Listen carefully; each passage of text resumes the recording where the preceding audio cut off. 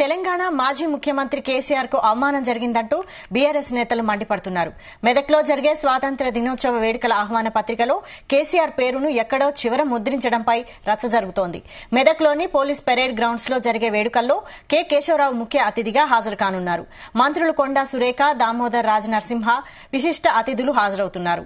అయితే తెలంగాణ తొలి ముఖ్యమంత్రి అయిన కేసీఆర్ పేరును ఎక్కడో చివరలో ముద్రించారని బీఆర్ఎస్ నేతలు ఆరోపించారు.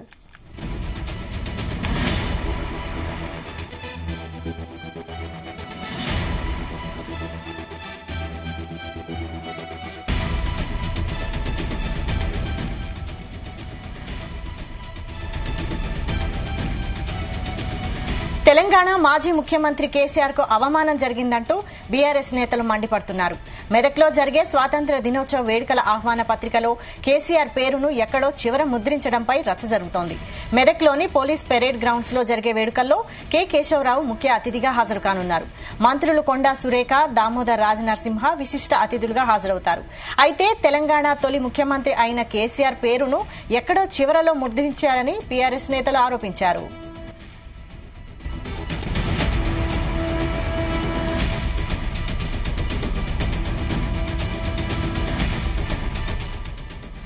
ఇక తెలంగాణ మాజీ ముఖ్యమంత్రి కేసీఆర్ కు అవమానం జరిగిందంటూ బీఆర్ఎస్ నేతలు మండిపడుతున్నారు. దీనిపై మరింత సమాచారం బ్యూరో చీఫ్ నరేందర్ అందిస్తారు. నరేందర్. రైతు వైశాలి, తెలంగాణకు తొలి ముఖ్యమంత్రిగా చంద్రశేఖరరావు ఉన్న విషయం తెలిసిందే. దాని తర్వాత రెండవ పర్యాయం కూడా కేసీఆర్ ముఖ్యమంత్రిగా ఉన్నారు. ఆయన ఉద్యమకారుడిగా తెలంగాణ తెచ్చినటువంటి వ్యక్తిగా ఆయన ఓన్ చేసుకుంటున్నటువంటి పరిస్థితి బీఆర్ఎస్ పార్టీ నుంచి మనకు మొదటి నుంచి వింటూనే ఉన్నాం.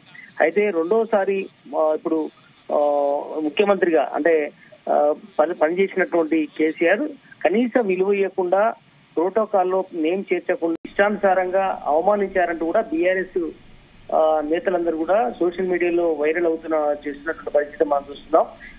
ఇంత దిగాడుతనంగా కాంగ్రెస్ వ్యవహరిస్తుందా అని కూడా చెప్తున్నారు. అంటే ప్రధాన కారణం ఏంటంటే, ఒక ఇన్విటేషన్ కార్డులో మెదక్ జిల్లాకు సంబంధించినటువంటి స్వాతంత్ర దినోత్సవ కార్యక్రమంలో భాగంగా ఇక్కడ పాంప్లెట్ ముద్రించడం జరిగింది.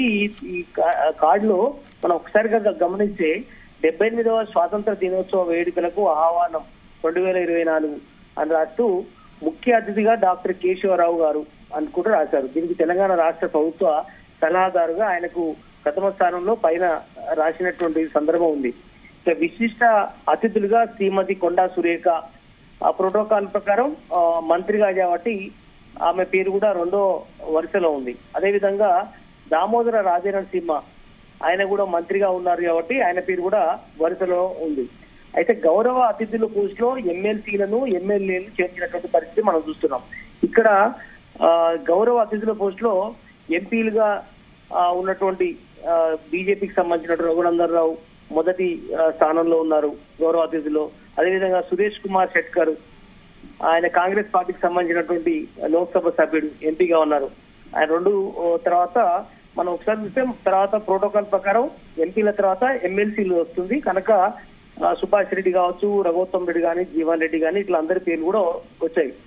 అయితే చివరగా ఎమ్మెల్యేలో కూడా సునీతా లక్ష్మారెడ్డి తర్వాత కె చంద్రశేఖరరావు అంటూ శాసనసభ్యులు గజ్వేల్ అంటూ బ్రోచర్లు ముద్రించినటువంటి పరిస్థితి మనం చూసాం. ఇన్విటేషన్ కార్డు అంటే ఈ రకంగా ఒక ఉద్యమకారుని, పార్టీ అధ్యక్షుడిని, 2 సార్లు ముఖ్యమంత్రిగా చేసినటువంటి తమ నేతను కాంగ్రెస్ ప్రభుత్వం అవమానించేలాగా ఈ రకమైనటువంటి ఆహ్వానం అందించిందని కూడా చెప్పే ప్రయత్నం చేస్తున్నారు. ఇప్పటికే సోషల్ మీడియా బీఆర్ఎస్ వింగ్ ఇప్పటికే పెద్ద ఎత్తున సర్క్యులేట్ చేస్తుంది. అదే సమయంలో ఆ పార్టీకి సంబంధించినటువంటి ముఖ్య నేతలు కావచ్చు, ఎమ్మెల్యేలు కావచ్చు, ప్రజాప్రతినిధులందరూ కూడా వాళ్ళ ఇన్స్టాలో కావచ్చు, లేదంటే ఫేస్బుక్ లో కావచ్చు, అందరూ కూడా పెట్టుకున్నటువంటి సందర్భం అయితే మనం చూస్తున్నాం.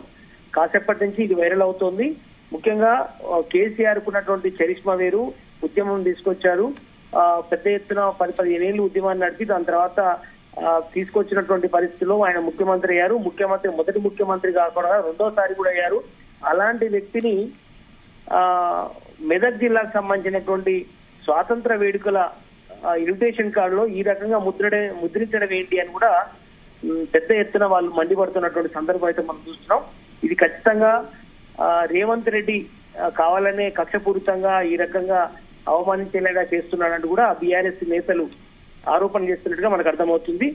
ఇది పూర్తిగా ప్రోటోకాల్ ఉల్లంఘించడమే అంటూ కూడా ఈ రకంగా సోషల్ మీడియా వేదిక ద్వారా ఒక్కొక్కరిగా పోస్టులు పెడుతున్నటువంటి సందర్భాన్ని అయితే మనం చూస్తున్నాం. దుష్ట కాంగ్రెస్ పార్టీ వింత చేష్టలు, విపరీత బుద్ధిని ప్రజలు గమనిస్తున్నారు. సమయం వచ్చినప్పుడు తగిన రీతిలో జవాబు చెప్తారు అంటూ సోషల్ మీడియాలో ట్రోల్స్ చేస్తున్నటువంటి పరిస్థితి మనం చూస్తున్నాం.